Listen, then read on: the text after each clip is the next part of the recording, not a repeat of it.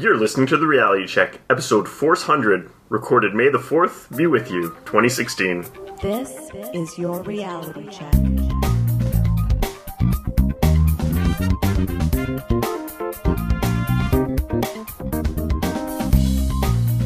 Hi everyone, and welcome to The Reality Check, your weekly Canadian podcast that explores a wide range of controversies and curiosities using science and critical thinking. I'm your host, Darren McKee, and with me, as usual, are Adam Gardner. What's up, Cuboids? Christina Roach. Hello. And Pat Roach. Hi, everyone. We have a lovely 400th episode for you, dear listeners. A score, as Adam just said. Mm-hmm. Adam is going to look into whether dogs don't like to be hugged. Mm-hmm.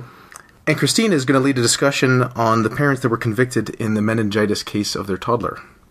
But first, in honor of our 400th episode, we'd ask the listeners if they had any questions for us about the show or how we do things, and some of you wrote in, and we're going to take some of those questions now. Alex M. wanted to know what our inspiration is for the items we cover. How do we get the ideas, and how do we research them? Adam, would you like to go first? I just wait for ideas to come with me, like, throughout the week, or sometimes multiple weeks. I go through life, and then things happen. And it's like, well, that sounds ridiculous. And it's often something I see someone share on Facebook, because this is where people like to say things that are ridiculous. And then I'm like, okay, note to self. And then we have a little internal Trello document, something Elon brought to our attention. And I just keep track of stuff there. That's what I do. And every once in a while I get stuck for a segment. But somehow after 400 episodes, most of the time I walk into like segment preparation. I'm like, yeah, I got a couple ideas. I'm going to go with one of those. Christina? I guess in the same vein, I just go through my life. I'm interested in a bunch of stuff, so I'm constantly reading up on stuff and reading Scientific American and Wired and even just Dig is so great. Some of the science stuff on Dig or on technology, internet. And like Adam says, often it's just people just popping up and saying, hey, did you hear about this? Or did you know this cures this? And then you go, wait a minute. I'm not sure why I gravitate to certain things over others, other than they just pique my interest. And I think, oh, this is interesting. And I think other people would find this interesting. And as far as research, I do a lot of research. I research different points of view. I try to look for as many papers associated, as many articles as I can find, and just, I guess, like any science journalist, just kind of bring it together in a cohesive segment that I can present on the show. Pat? So most listeners are probably aware that Cristina and I are married, and at least once or twice a day, one of us will say, this might be good on the show. Yeah, that's true. Yeah, that happens a lot. So in terms of actually covering stuff on the show, I do a lot of listener requests because I often find that people think of stuff that I never would have. That's true. Beyond that, it is exactly what everyone said. It's like something's got to pique my interest, and it's got to hold my interest, and then it's got to feel like it's going to be interesting on the show. Unlike Pat, I have no concerns for you guys being interested in my segments. Going last, everyone sort of hit on the main points. You might hear something in conversation, you might see something on the internet, you might see something on Facebook. Certainly the things that don't sound true at all, like the myths just get spread, Facebook's a good source for that. But like Cristina, I might be reading different articles or even books, or I listen to a lot of podcasts, like Pat does, so sometimes inspiration can come from there. As well, in terms of like inspiration, I guess on some broad notion, in a deeper sense, I'm looking for like truth and justice, and that's why I'm doing this at all. As for why and how I do things specifically, might be to see if there's enough material to actually have some useful statement to make about the topic. But then also, we have a lot of freedom, generally speaking, about how long we present things, but there is sometimes time constraints. So as such, that depending on the week it is and the segment you might be doing, I would not then do one type or another. Meaning, if I think something's more in depth, that it's not that week, then I might put that off. So there's sometimes 3 or 4 ideas in the background that I think would be useful. And usually it's something that I'm quite interested in. Other times it's actually something I think it would be great for people to know, but I'll be honest, sometimes I'm not that interested in it. I'm like, this is just important, and I just gotta do the research. Because sometimes if it's shorter, it can be 30 to 60 minutes, and if it's longer, it's multiple hours. So to put multiple hours into something that you're like, this is just important, sometimes you just gotta go through the work. The other question we'll look at is from Marco V, and he asked, when and how did you know that you are a skeptic? How about we do Pat, Cristina, then Adam? So for me, there are two really key moments. The first is Bill Nye's series, The 100 Greatest. Right, I remember when you saw that. So he would cover on each episode the 100 greatest moments in physics or the 100 greatest moments in astronomy or whatever. And after listening to that and searching for more information, I stumbled on a fairly new podcast at that time called The Skeptic's Guide to the Universe. Right. That led me to posting on their forums, looking for people to start a Skeptics Society in Ottawa, and someone connected me with John Abrams, and that's how the Ottawa Skeptics was born. So that's definitely number one. The other really key moment for me was when Fox aired a special called Did We Land on the Moon? And it presented all the conspiracy theorists' ideas of why that was not true. I talked with a colleague at work, a guy named Arnold Rutherford, and he sent me Phil Plate's blogs on it, and that was kind of a defining moment as well. I don't think I have one defining moment. It was kind of a journey for me. When I was 18, 19, 20 years old, I didn't have the internet at my fingertips or Snopes.com. So you pretty much kind of took things at face value. If someone said, oh, you shouldn't go swimming 30 minutes after you eat, you're like, oh, you shouldn't go swimming 30 minutes after you eat. So I think as I got older and wiser, I guess, I started to question certain things, like silly things that I may have just taken at face value, like I went to psychic when I was a teenager and thought that was legitimate. And it wasn't until later that I started to learn that that stuff was pretty much all BS. And I think really it was when I started dating Pat that I became more involved as far as the critical thinking movement. It wasn't something that I was really aware of. I knew who James Randi was, but I became very interested in facts versus fiction, so to speak. Yeah, I mean, there wasn't like a wow moment when I was younger. I've been an atheist as long as I can remember, since adolescence, and so that, there was always a bit of, a lot of things that are presented as just being true are just something that I doubt. And things, psychics always seem ridiculous to me, and but it was a friend of mine I work with, Halden, who was one of the older members of Ottawa Skeptics, who just he sent out an email at work one day and said, hey guys, I'm part of this group, you guys might want to check it out. And I was, I checked it out. I never really heard of the skeptical movement before or anything, and just immediately it clicked, like, everything these guys are talking about I'm totally on board with. I'm totally, everything they think is ridiculous, I agree is ridiculous, and the way they're thinking is right on. And I just I got right into it. And then I was posting at the forums and then met up with people at meetings, and that's how it went. I do remember Halden being involved very, very early on once we got the forums up and running. And what about you, Darren? August 29th, 1997. No, actually, that's the wrong day. So I'm thinking of something else. Much like Adam, I think it was a bit of a critical thinking mindset, atheistic inclinations from my youth, as well as just thinking psychics and astrology just doesn't really make any sense. Maybe when I was much younger, but certainly through my teenage years, it didn't feel that way. Generally curious and very sciencey oriented, and didn't tend to just take things on face value if it sounded ludicrous. Then basically from my 20s to 30s, I just read a lot and embraced critical thinking overtly.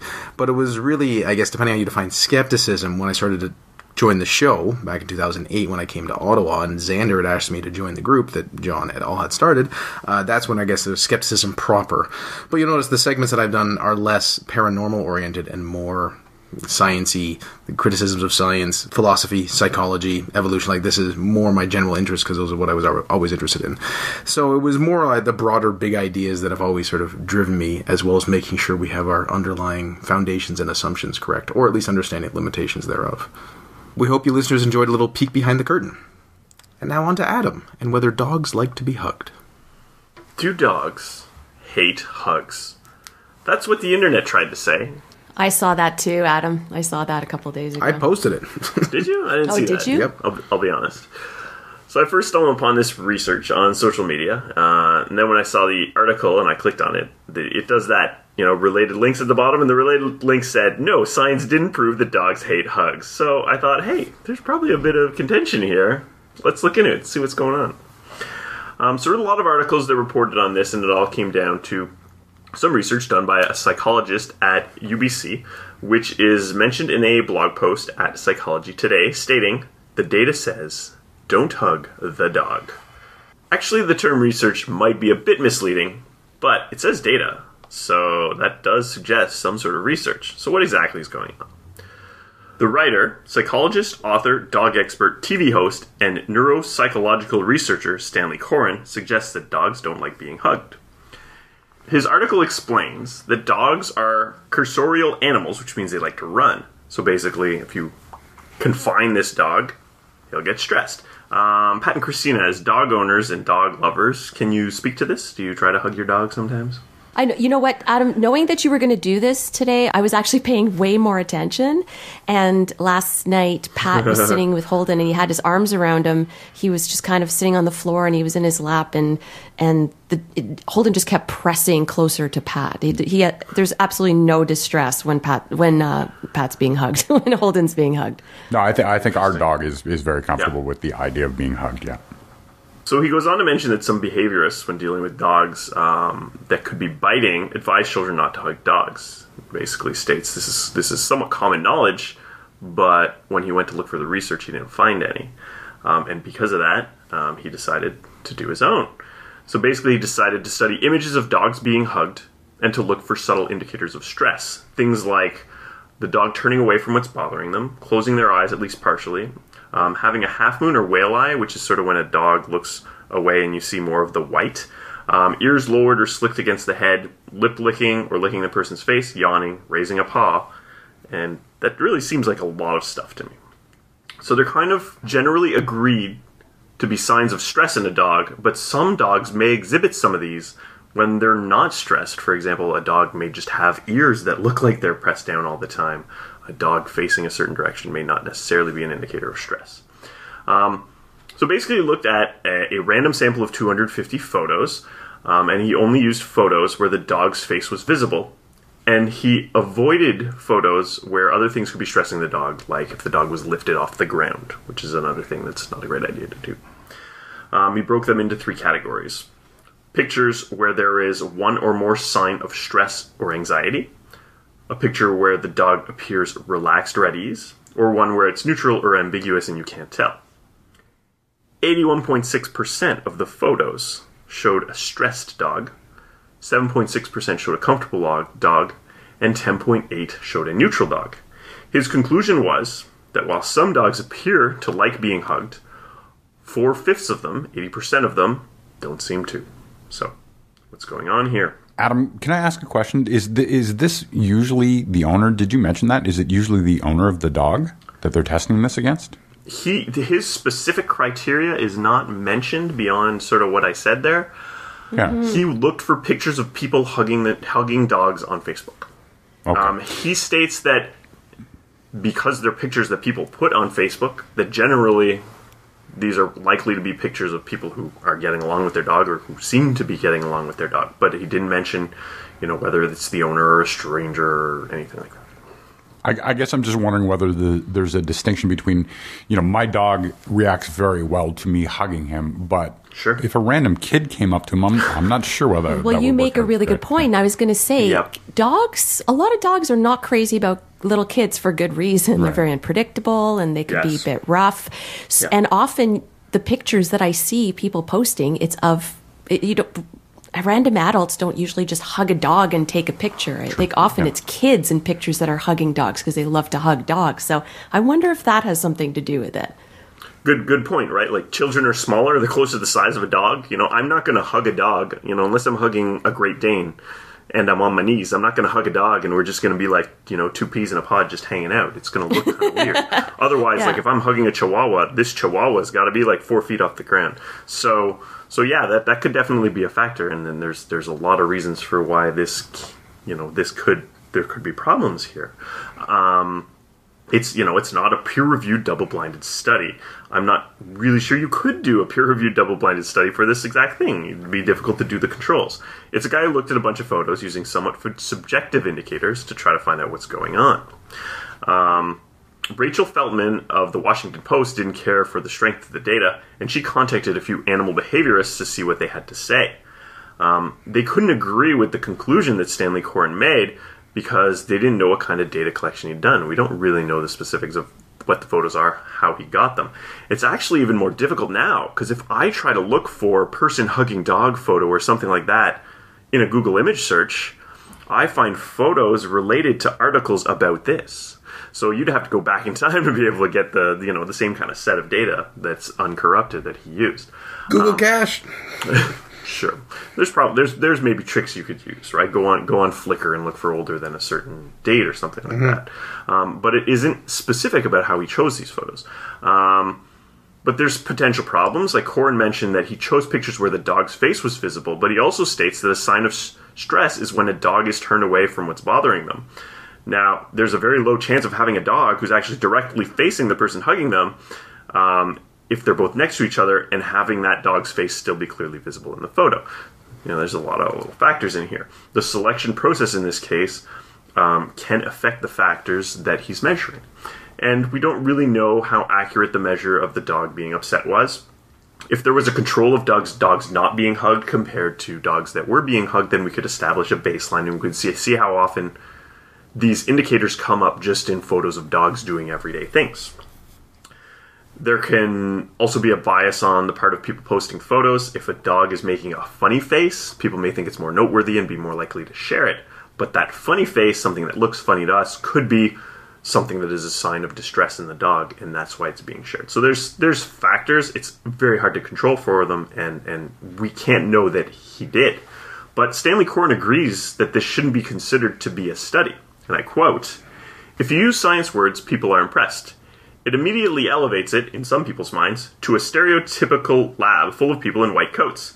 It's really just an observation or a measurement which can be used to answer a question.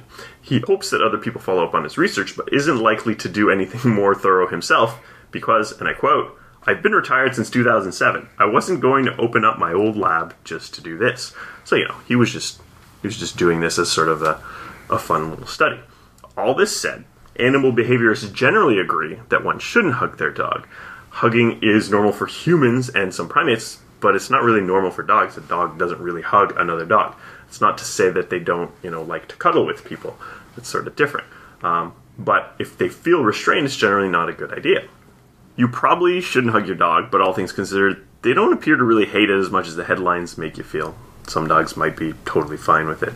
The recent research on the topic is an interesting experiment, but it hardly leads to any conclusive scientific consensus on the topic. All things considered, there are other ways to show affection to your dog. Just use common sense. Yeah, it's like you said, it's stuff that sounds sciencey, and then people grab onto it, and it's cool because it's about hugging dogs, and that's the thing that everybody's going to talk about at work the next day. Did you know that dogs hate to be hugged? I find I have cats more than dogs, but I can kind of tell when my cats are a little annoyed, and I can kind of tell when my cats are a lot annoyed. And I pick up my cats, and I kiss them and hug them all the time, and I can tell that they're not thrilled by it, but they're not excessively stressed by it. So it doesn't really bother me. But it is good to know that what we sometimes think of as compliance or almost pseudo-consent behavior from an animal is actually just like passive hopelessness, but Sure. they're just enduring it. They're just there, and you can't tell they're not really enjoying it as much as you are because you're like, love my dog! And you give it a big tight hug, and they're like, why can your arms bend in those directions? It's scary. Yeah, like kissing for a cat or a dog, like this behavior doesn't really make sense. But, dogs lick our faces. That behavior doesn't make sense to us. But Kissing didn't make sense for humans till recently either. Really? Maybe that's a segment for a future show. Segment. Mm-hmm. Thank you, Adam, for not quite busting a myth that I put on Facebook. And there's never a good segue for delicate topics, so I'll just introduce Cristina to lead a discussion about a recent toddler death from meningitis. Yeah, so about a week ago, a pretty divisive pseudoscience-related trial in Alberta came to a verdict. So I wanted to lead off a discussion about it because it's not only very sad, it elicits a really strong emotional response from both sides of the naturopathic medicine debate. And I also wanted to get a feel for the panel's views regarding accountability in this case. So let me give you some Cole's notes, and then maybe we could talk about it for a bit. Mm-hmm. In March 2012, a 19-month-old named Ezekiel died from bacterial meningitis. His parents, David and Colette Stefan, were charged a year later under Section 215 of the Criminal Code in Canada, which deals with failing to provide the necessities of life. According to the prosecutors in the case, the parents stubbornly refused to take their son to see a medical doctor after he fell ill. They figured he had the flu or croup after doing some internet research, and they treated him for 2.5 weeks or so with home remedies that contained things like olive leaf extract, omega-369, hot pepper, ginger root, horseradish, whey protein, etc. They also gave him a daily regime of Empower Plus, a controversial supplement sold by a company founded by Ezekiel's grandfather. And more on that soon. A family friend who was a nurse became quite concerned about Ezekiel and that he maybe had meningitis, and she encouraged the parents to take him to see a doctor. But instead, they consulted with a naturopath who, quote unquote, prescribed the herb echinacea, which is believed in their field to stimulate the immune system. Now, according to a medical examiner's testimony in court, the child's conditions are routinely cured with antibiotics, and it's probably also worth noting that the Stephans were also anti-vaxxers. I linked to a CBC article that gives an overview of the physician's report detailing the toddler's last days, and it was so incredibly sad to me. He had to be given fluids through an eyedropper. His body was so stiff. He was at a point that he couldn't even sit in the car seat. They had to lie him down in the back of the car. It wasn't until their son could barely breathe a day or so later that the parents actually took him to the hospital. But it was too late. He never regained consciousness after arriving in intensive care, and he met the criteria for brain death. Last week, an 8-woman 4-man jury found the couple guilty of failing to provide the necessities of life for their toddler son. The maximum penalty, I believe, is 5 years in Canada, or at least in Alberta. When the jury delivered his verdict, you could hear gasps in the courtroom. The dad began to weep uncontrollably, along with other people in the gallery, and even 2 members of the jury cried. On commenting post-trial, Lisa Wyke, the prosecutor, said, "They definitely loved their son, but as stated in our closing argument and even in our opening arguments, unfortunately, sometimes love just isn't enough. Parents still have to follow the standard of care that is set by the criminal law." Now, Pat, you mentioned to me when I was talking about this that SGU talked about it on their last podcast. Mm-hmm. Now, we'd already taped TRC when the verdict came down, but Novella does a really great job of summarizing what happened and providing insight as a doctor to what the toddler was going through. And when he describes bacterial meningitis and how it manifests and what happens to your brain and your skull, and you realize how slow and painful this child's death was, it is heartbreaking. So before I throw it to the panel, I just wanted to add something. Bioethicists have chimed in on this, and they say this could serve as a warning to any parents who spurn potentially life-saving medicine for unproven natural cures. A renowned medical ethicist, Arthur Kaplan, he's the director of the Division of Medical Ethics at NYU's Langone Medical Center. I think the parents sadly were neglectful of their child, even though I don't doubt that they love the child. But when you have a little kid who is sick, seriously sick, and a nurse tells you it might be meningitis, and you continue to pursue interventions that clearly aren't working, you've got to bring that kid into a mainstream health facility. That should be the expectation of any parent in Canada, whatever their beliefs about medicine. So, what do you guys think? I'm sure you guys heard about this, or have you?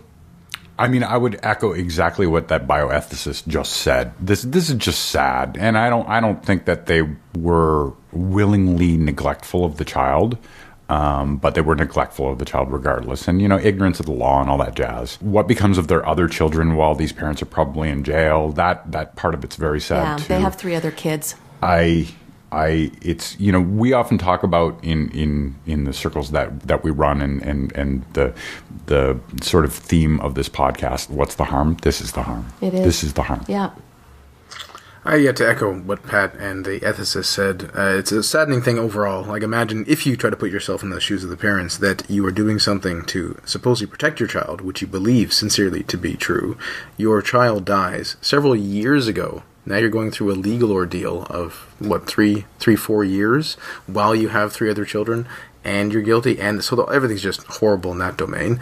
But I don't think their love and support and good intentions are enough to exculpate them from the responsibility of trying to keep their child alive, especially when they had some clear warning signs.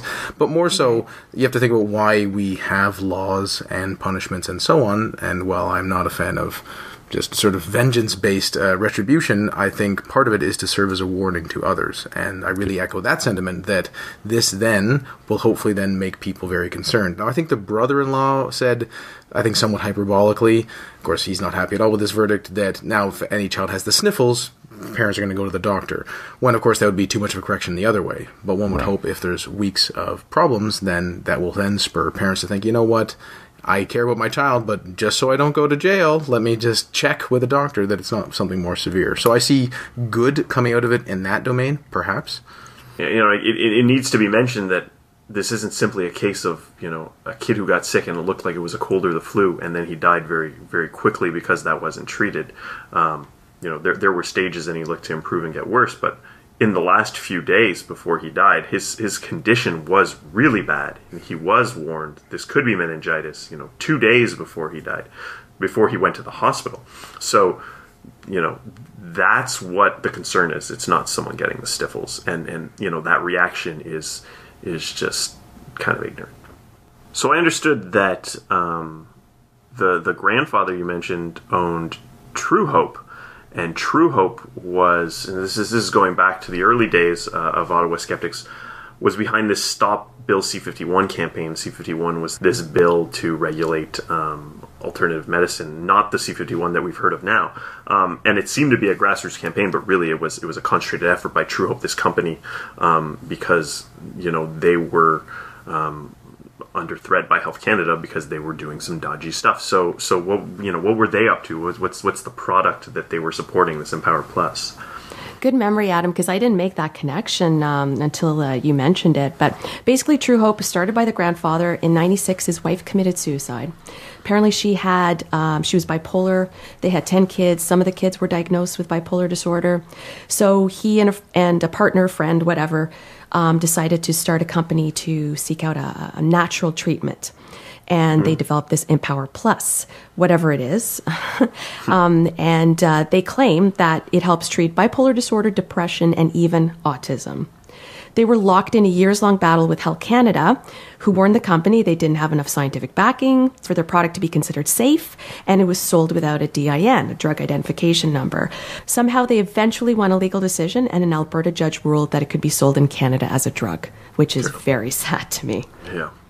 It does mean the law validated it, though, to some extent, right? Mm-hmm. I saw one article that was titled, "Did the parents fail or did the healthcare system fail?" And that's it's a question for another day, I guess. That links to the idea that they did get advice from a naturopath. And why is that even allowed? And of course, if this person was an MD, they would just be excoriated and probably lose their license, if not more. Yep. But naturopaths, self-regulating body. So what are they doing? What are their protocols? What are their standards? Well, on a good note, Darren, the College of Naturopathic Doctors of Alberta is now investigating Tracy Tanis, that's the naturopath who the parents consulted and testified at the trial, because a letter was sent to CNDA signed by 43 physicians and surgeons, and they are basically saying that by any objective measure of a healthcare professional licensed to care for children, that this woman did not meet the standard of care. Naturopathic medicine is a regulated health profession in Alberta, but the College of Naturopathic Doctors of Alberta, the body that regulates it, was actually not established until about a few months after Ezekiel died. Thank you, Cristina, for covering an important topic. And although obviously there's great negativity surrounding it, at least we can take a step back and think we live in a world where there's an issue with parents doing such a thing, and it is important that other people are aware of it and that you can be held responsible, and good intentions are not enough, which I think shows at least movement in the right direction in terms of how we treat our children necessities for life. Yeah. Well said. And thank you for joining us on our 400th episode. Hopefully you got some insight into how we put our show together and how we came to be skeptics. And we learned that dogs don't hate hugs, they just don't like most of them if you don't know them. Yeah. Get your filthy kids' hands off my dog. Exactly. And finally, Cristina gave us an overview of the saddening case of the child that died because their parents did not seek enough legitimate medicine.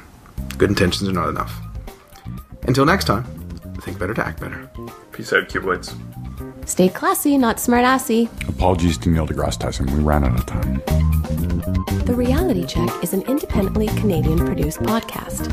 For show notes or to discuss this episode, visit our Facebook page and website at trcpodcast.com. For general inquiries or to send a topic or parody suggestion, email info@trcpodcast.com. Help support the show by leaving a review on iTunes and liking us on Facebook. Follow us on Twitter at @TRC_podcast.